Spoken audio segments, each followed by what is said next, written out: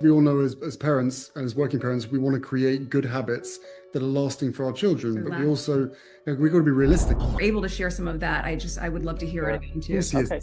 Just when you think you've seen it all, Meghan Markle manages to pull off another headline-grabbing, eyebrow-raising spectacle. And this time, it's not just another Instagram post, another charity event, or some casual media appearance. No, this is something designed to land at the perfect, calculated moment, right before Catherine's major announcement. Yes, you heard me correctly. Meghan Markle debuting a brand new look, yes. A face that seems more sculpted than ever, teamed up with Prince Harry for a bizarre, borderline hypocritical interview with none other than Gayle King. And of course, the timing couldn't have been more pointed. Catherine's 44th birthday was around the corner, a date that had been flagged weeks in advance. So, while the world anticipated a heartfelt message from the future queen, what did we get instead? The Sussex's carefully choreographed media moment, a strategic play straight from their usual playbook. Bitter, twisted, and entirely predictable. But here's the thing, we're not just going to nod along. We're going to break this down line by line, moment by moment, and call out the inconsistencies, the theatrics, and the obvious attempts at media domination. And joining me for this dissection is someone who knows the royal media landscape inside out, Tom Sykes, the brilliant mind behind the Royalist Substack and European, editor-at-large for the Daily Beast.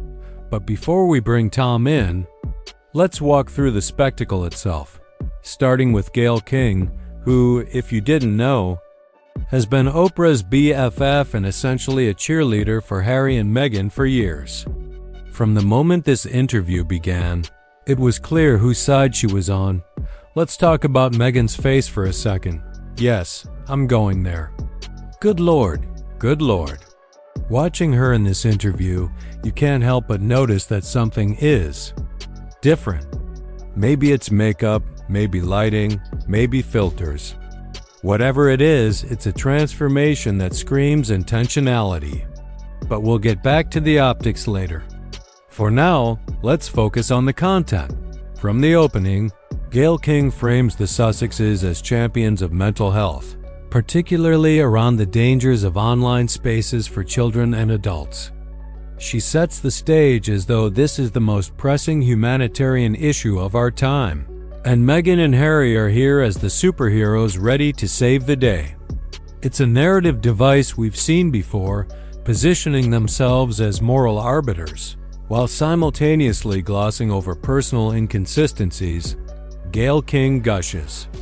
We have two special guests joining us now, my favorite Duke and Duchess of Sussex. These two are always doing things to help others. A global network of families trying to protect children online. Thank you for joining us, Meghan and Harry. And just like that, the tone is set.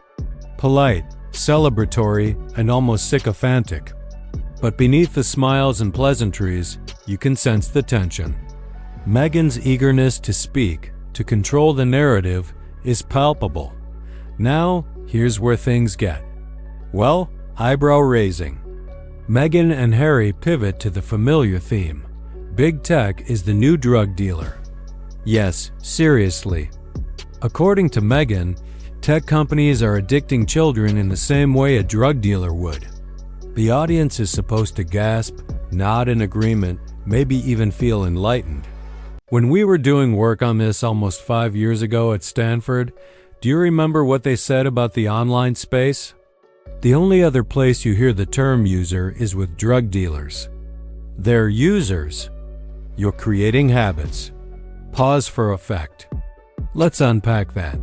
First, yes, tech companies have a responsibility. Yes, online addiction is a real concern. But the hyperbolic metaphor, comparing engineers and programmers to street-level drug dealers, is extreme.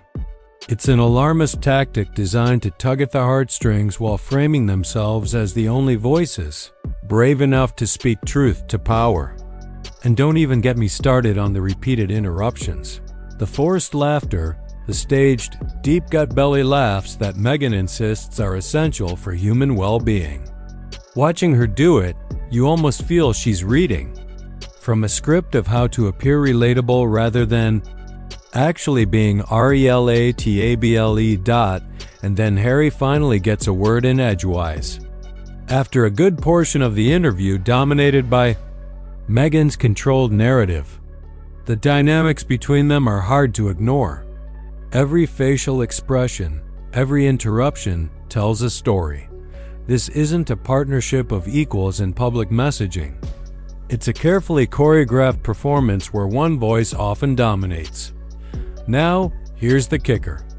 Meghan's entire message is about authenticity, about not being taken in by social media illusions. And yet, what do we see? Faces that appear heavily filtered, unnatural, almost Zoom face-tuned in their clarity and brightness. Harry's eyes, Meghan's smile, the glossiness of teeth, all hint at an artificial layer over what's supposed to be a message about real connection, real laughter, and real humanity. The cognitive dissonance is staggering. Tom Sykes breaks it down beautifully. The irony isn't lost on him. The couple lectures the public about the dangers of curated online personas while presenting themselves in an overly curated, digitally polished way. It's a contradiction so glaring that even casual viewers notice it. And let's talk timing, because this was no accident. Catherine's 44th birthday message had been scheduled and signposted for weeks. The royal household, professional staff, media teams, they all knew it was coming. Yet here come Meghan and Harry, dropping a strategically timed interview in the early hours, designed to compete with or even overshadow Catherine's message. This is the Sussex's signature move, always ensuring their narrative lands alongside or in opposition to the main royal storyline. The message here is clear. They're not going to stay silent.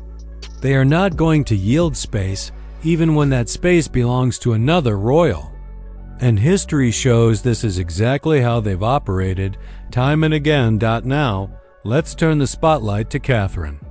Her 44th birthday message wasn't just another birthday greeting. It was a carefully crafted, deeply personal reflection, a message that radiated calm, gratitude, and authenticity. Unlike the Sussex's flashier media stunt, this video didn't scream "look at me" or "we're trending." It quietly commanded attention. The video opens with her walking near a river in winter, the kind of serene setting that immediately communicates introspection. Even in the coldest, darkest season, she reflects. Nature has a way of teaching stillness, patience, and quiet contemplation. The imagery is beautiful, yes, but more importantly, it reinforces the emotional tone of her message. Calm, grounded, resilient. Even in the coldest, darkest season, winter has a way of bringing us stillness, patience, and quiet consideration. The stream slows just enough for us to see our own reflection, to discover the deepest parts of ourselves. These words aren't just poetic filler. They're a subtle way of saying, I am present. I am aware. I am emotionally grounded. And given everything she has endured, the public scrutiny, the constant comparisons with her sister-in-law, the pressures of royal life, this level of calmness and reflection is remarkable. The message continues, touching on the idea of gratitude and renewal. Catherine emphasizes how the rivers within us flow, how fears are washed away, and how moments of reflection can lead to self-discovery. There's an unspoken reference here to her own trials, her health challenges, her struggles to maintain balance, and perhaps even her resilience in navigating the intense media storm surrounding the royal family. Now, for a moment, imagine the contrast. On one side, Meghan and Harry with their media-heavy, filter-enhanced, strategically timed interview. On the other, Catherine, quiet, grounded, and reflective, delivering a message that doesn't compete but rather elevates the conversation. One seeks to dominate attention, The other earns respect through authenticity. If we zoom in on the visuals, there's a lot to unpack. Catherine's framing is natural, almost cinematic. The soft winter light, the gentle movement of water, the muted, earthy tones of her clothing. It communicates accessibility, calm, and presence. Compare that to the stark lighting, almost artificial sheen of Meghan and Harry's setup with Gail. King. The Sussex's image screams media. Production, while Catherine's whispers of authenticity are far more compelling. Theirs, also the subtle hand gestures, the pauses, and the way she moves through her environment. She touches the water, but not in a way that screams, "Look at my jewelry," or "Admire my wealth." It's understated, deliberate. Every movement seems to communicate connection, humility, and mindfulness. There's a lesson here about presence versus performance. Of course, we cannot ignore the fact that Catherine has enormous privileges. She has access to resources, experiences, and platforms that many cannot even imagine. But the genius in her messaging lies in how she frames that privilege. She isn't flaunting it. She's using it to craft a message of universal resonance. The visual storytelling, the choice of words, the timing all contribute to a narrative that is relatable despite privilege. Aspirational without arrogance. Contrast this with Meghan's insistence on teaching the audience how to laugh or have a deep gut belly laugh. It comes across as performative rather than organic. Viewers can sense when something is genuine versus when it's being coached for effect. And Catherine's video feels uncoached, authentic, and grounded, a stark contrast to the overproduced, heavily curated Sussex's content. Now, let's circle back to timing. Catherine's team had planned this well in advance. Staff were aware, schedules were cleared, and the release was coordinated perfectly for maximum impact. It's a masterclass in strategy. Deliver content that resonates emotionally while avoiding unnecessary conflict or attention-grabbing theatrics. Meanwhile, the Sussexes, whether intentionally or not, drop their interview in a way that competes with Catherine's carefully orchestrated message. This is classic Sussex media behavior. Assert presence, maintain relevance, and subtly push a counter-narrative. But here's the twist. While Meghan and Harry's appearance is flashy, Catherine's message is memorably emotional and grounded, likely leaving a longer-lasting impression on viewers who value authenticity over spectacle. Here's the key insight. People respond to authenticity. Social media filters, polished talking points, and staged laughter can attract clicks and short-term attention. But what resonates, sticks, and builds trust is genuine emotional content. Catherine's reflection on gratitude, resilience, and self-awareness is the kind of messaging that resonates across demographics, regardless of royal affiliations. And this is precisely where Meghan and Harry's approach falters. No amount of filter work or carefully timed interview segments can replicate the subtle emotional intelligence that Catherine conveys naturally.